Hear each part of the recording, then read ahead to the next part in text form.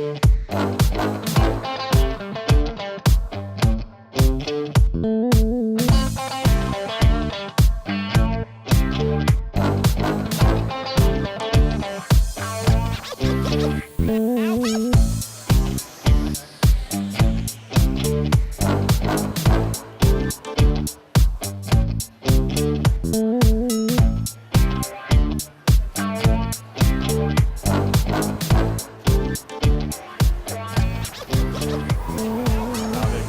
you doing, you alright?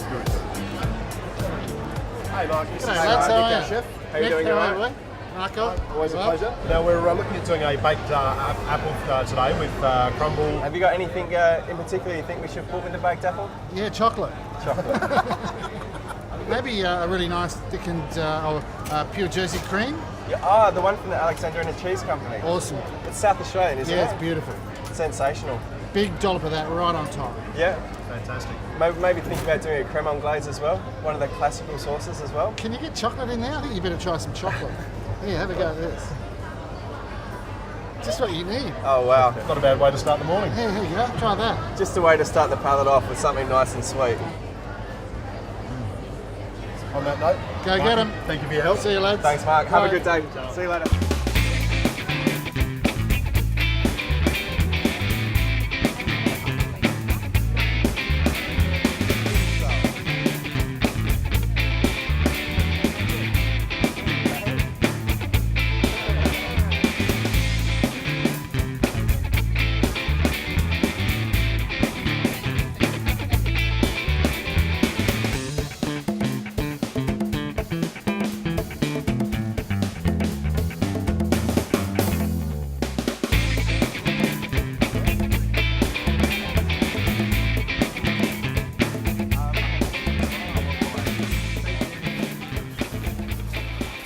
Nick, let's do some sweet stuff. So we've done our walk around this morning. We've picked up some stuff for our baked apple with crumble. So we've got our Granny Smith apples, some eggs, some brown sugar, some rolled oats. We've got some Australian raisins here, butter, cinnamon, nutmeg, sugar and plain flour. So to prepare the apples, we're going to cut the bottom off. Yep. And we're going to cut the top off. And by trimming the bottom, it just helps to make sure they're going to sit nicely. Then we're going to core the apples. Pull that up. Okay, so we're going to put our apples into our baking tray. Now, do we need to lubricate that tray, Nick? We don't need to, this is a non-stick baking tray. And what we're going to do from there is we're going to start preparing our stuffing. Yep. So we've got some Australian raisins here. We're going to put them into the bowl. Why have we chosen raisins? Raisins have a beautiful sweetness that goes sensationally with the baked apples. We've got a little bit of nutmeg, a little bit of cinnamon, some brown sugar. A little bit of sweetness. Yep. We're going to put in a little bit of white sugar as well. Cool. Why the contrast in the sugars? The brown sugar's got a more of a caramelisation about it, and the white sugar's a more of a refined flavour. We're going to mix that in, so everything's nice and getting coated around the raisins, and then we're simply just going to put them into the middle of the apple. Stuff them in quite tight. So it really is a very easy process, isn't it? Very easy. We're also going to put a little bit of butter on the top of each of the apples as well. Why do we do that? So that's going to melt in. We just need to score the outside of the skin with a sharp knife. Why do we need to score the skin? It just stops the skin from bursting while it's cooking. From there, we're going to start preparing our crumble mix. So I've got a little bit of butter melting over there. Rolled oats here. Yep. So we're going to place the rolled oats in the bowl. Some more brown sugar. A little bit more white sugar. And also some plain flour. Cool. So we'll mix that in a little bit before we put the sugar in. Do you want to pour the butter into the crumble mix? What we'll do is we'll stir that in, and that's going to make a nice crumble mix to go on top of our apples. So once everything's nice and coated with the butter and everything's nice and combined, we're going to put it on top of our apples. We're going to put a little bit of water in the bottom of the pan as well. That's just to help to create some moisture. Yep. And then we're going to pop them in the oven for about 15 to 20 minutes at 180 degrees. Cool. What's our next step? All right, Marco, so while the apples are in the oven, we're going to make a creme anglaise, which literally translated out of French means English cream. So what it is a rich style custard cooked out with eggs. Yep. So what we're going to do is we're going to put in 500 mils of milk, and we're going to put in some vanilla. So this is a vanilla pod. Yep. These are Tahitian vanilla pods. Yep. The smell's just amazing. They're awesome. We're just going to open it up a little bit. Then with the back of the knife at the tip, we're just going to drag that through, and we're going to get all those beautiful little vanilla seeds. Yeah, cool. So we're going to add the pod into that as well.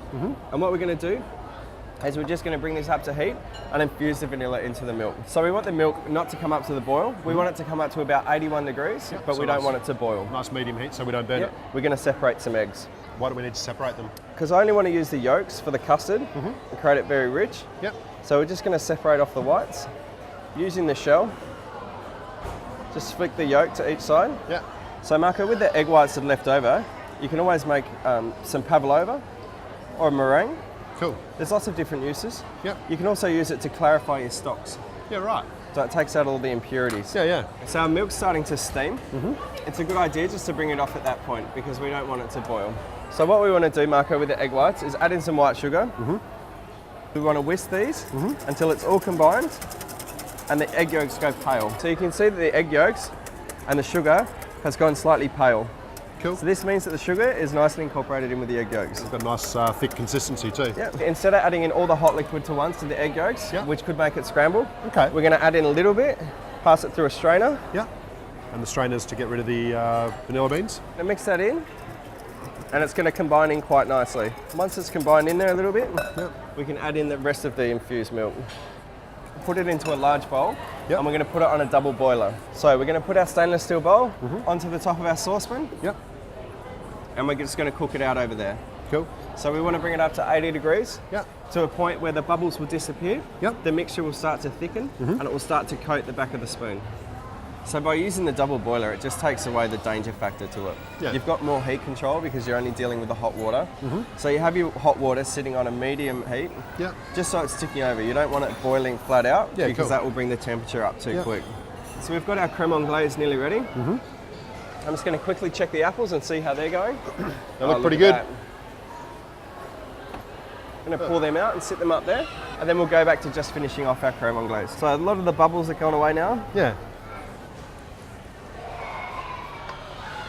It's pretty well to where I want it for this dish. So what we're going to do is we're just going to strain that as well. So why are we straining it? Just helps to get it extra smooth. So we've got that strained now. We're going to put it in a nice little presentation jug. Yep. Why do we choose green apples, Nick?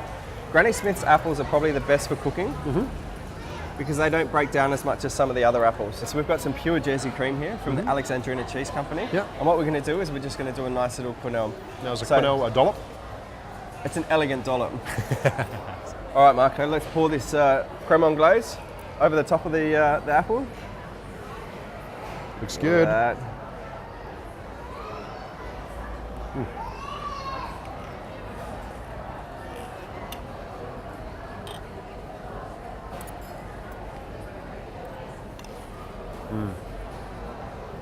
That is beautiful, Nick. Nicely balanced flavours, amazing sweetness, beautiful custard. It's an excellent dessert for winter. Something that really warms you up. Nick, Until we do it again. always a pleasure. Thanks, Marco.